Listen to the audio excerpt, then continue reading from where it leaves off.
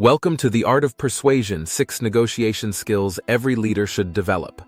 Did you know that leaders spend up to 80% of their time communicating, yet only 2% receive formal training on how to do it effectively? That's a shocking statistic, right?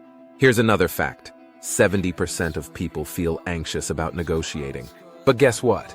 With the right skills, you can turn that anxiety into confidence. This guide will help you do just that. Imagine being able to influence decisions, build stronger relationships, and achieve better outcomes in every negotiation. It's not magic, it's strategy, and we're going to break it down for you. You'll discover how to listen like a pro, read the room with emotional intelligence, and use empathy strategically. We'll dive into the art of framing, the psychology of influence, and finally, how to close deals with confidence. Each chapter is packed with practical tips, real-world examples, and fascinating facts. For instance, did you know that active listening can boost your leadership effectiveness by 40%? Or that using the right frame can make your proposal 60% more persuasive? So get ready to transform your negotiation skills. By the end of this guide, you'll be equipped with the tools you need to lead and persuade like a master. Let's get started. Chapter 1. Silent Strength, the Power of Active Listening. Active listening is more than just hearing words. It's about understanding the message behind them. Did you know that we spend about 60% of our communication time listening, yet we retain only 25% of what we hear? That's a huge gap. Good leaders know the power of silence. When you pause and let others speak, you gain insights into their thoughts and feelings. It shows you value their input. A study by Zenger and Folkman found that the most effective leaders are those who listen the most. Listening actively means paying attention to nonverbal cues. Notice body language and facial expressions. These often speak louder than words. For example, crossed arms might suggest defensiveness, while leaning forward indicates interest. One technique to improve your listening is to paraphrase what the other person said. It confirms you understood correctly and shows you care. You might say, "So what you're saying is..."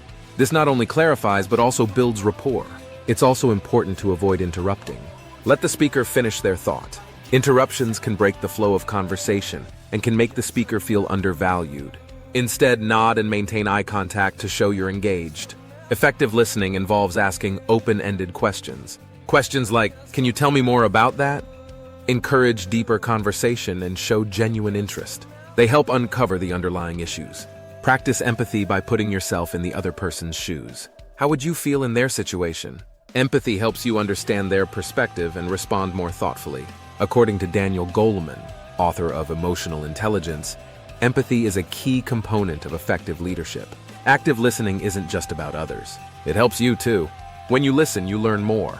You gather valuable information that can inform your decisions. In negotiations, this can be the difference between success and failure. Remember to stay present. It's easy to get distracted, especially in a busy environment. Focus on the speaker. Put away your phone and avoid multitasking. Show them they have your full attention. Active listening builds trust. When people feel heard, they're more likely to trust you.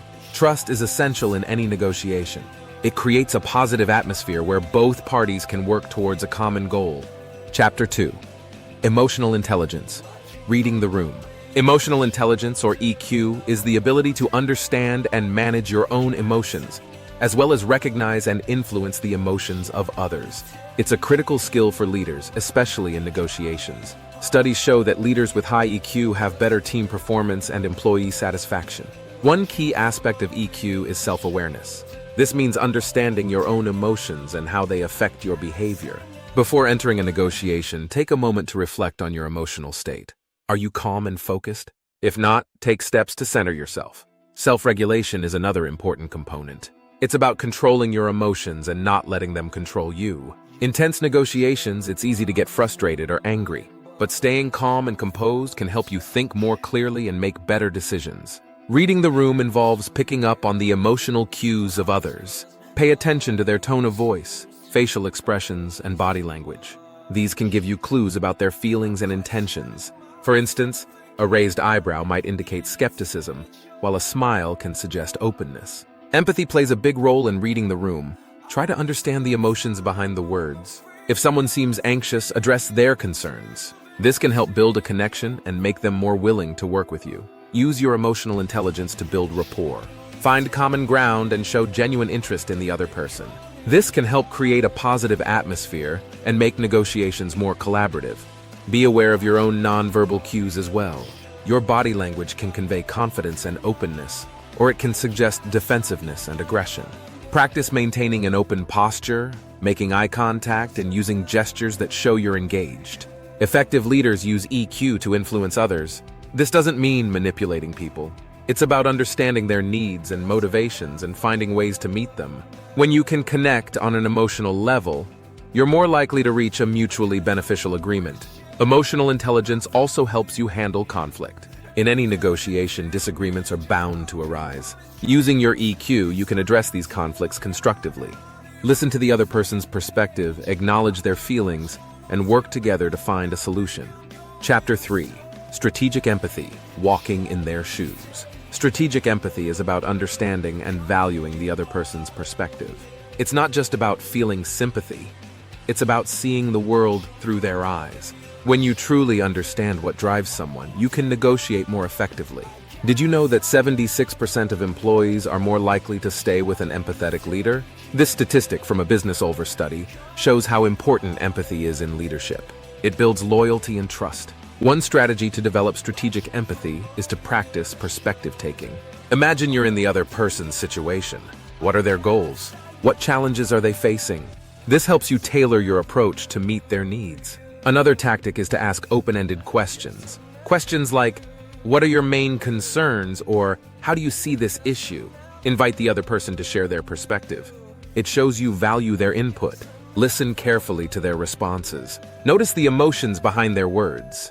Are they frustrated, hopeful, or anxious? Acknowledging these emotions can help you connect on a deeper level. Use reflective statements to show you understand.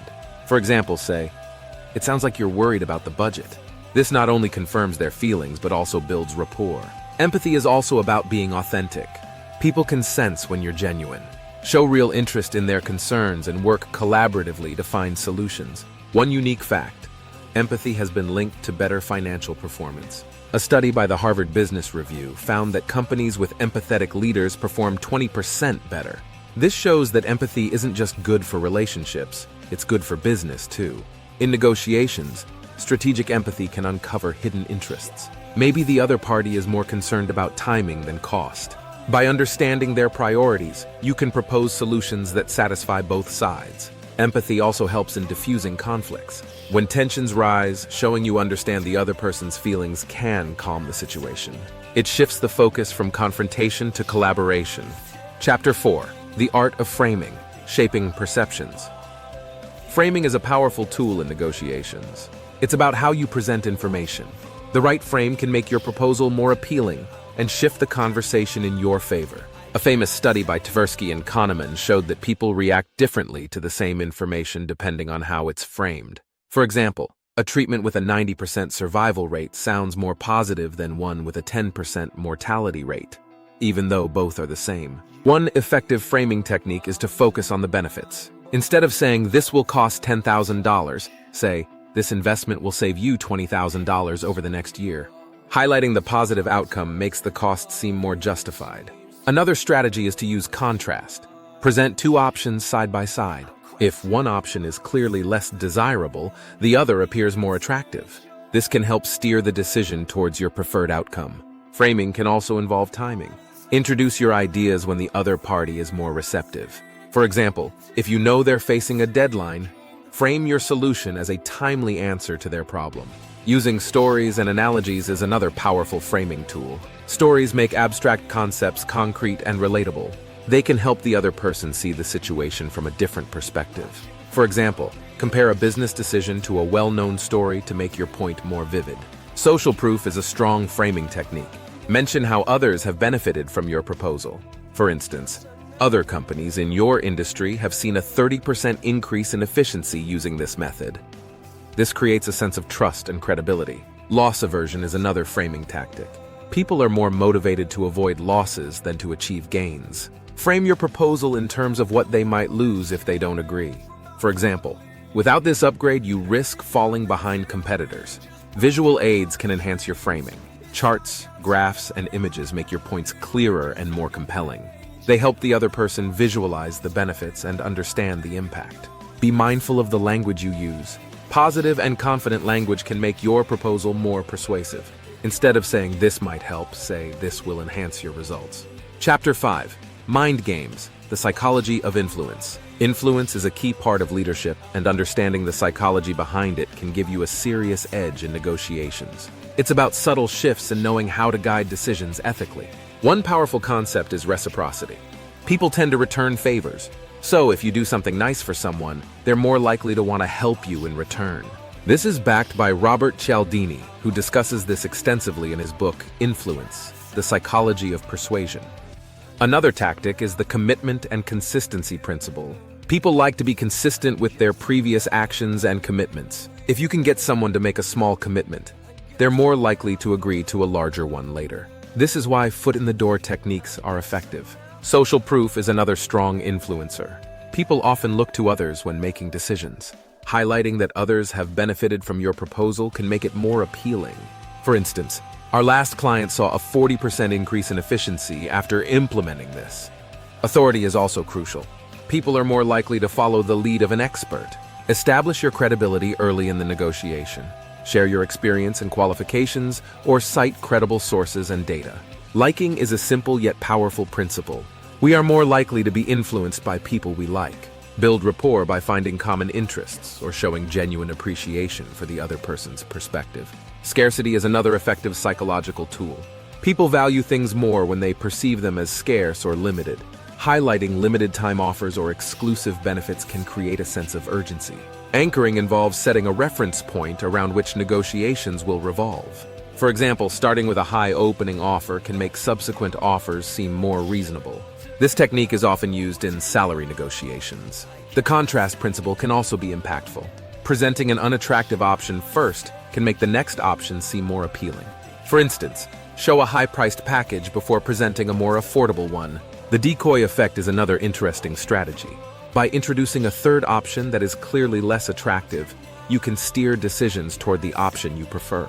This is often used in pricing strategies. Nudging is about making small changes to the environment that influence decisions. For example, placing healthier foods at eye level can encourage better eating choices. Similarly, structuring your negotiation environment can guide decisions subtly. Understanding these psychological principles can help you influence decisions without seeming pushy. It's about making the other person feel good about the decision they're making.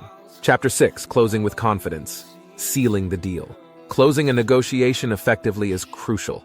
It's the final step where all your efforts pay off. Doing it right requires confidence, clarity, and finesse. One effective closing strategy is the summary close. Summarize the key points agreed upon during the negotiation. This reinforces the benefits and reminds the other party of the progress made. For example, so we've agreed on a delivery date of September 1st and a total cost of $15,000. Another tactic is the assumptive close. Act as if the decision has already been made. This can be as simple as saying, "When would you like to start the project?" It creates a sense of inevitability and forward momentum. The alternative close offers the other party a choice between two positive outcomes. For example, would you prefer to sign the contract today or tomorrow? Both options lead to a close, but it gives them a sense of control. Addressing objections gracefully is essential. When the other party raises concerns, listen carefully and respond thoughtfully. Use the feel, felt, found technique. I understand how you feel. Many others felt the same way, but they found that creating a sense of urgency can also be effective. Highlight any time-sensitive benefits. For instance, this offer is only available until the end of the month. It encourages quick decisions. The trial close is another useful tool. Test the waters by asking questions like, "How does this solution work for you?" It helps gauge readiness and address any lingering doubts. Silence can be powerful in closing. After making your final offer, stay quiet. It puts pressure on the other party to respond. Often, they'll fill the silence by agreeing.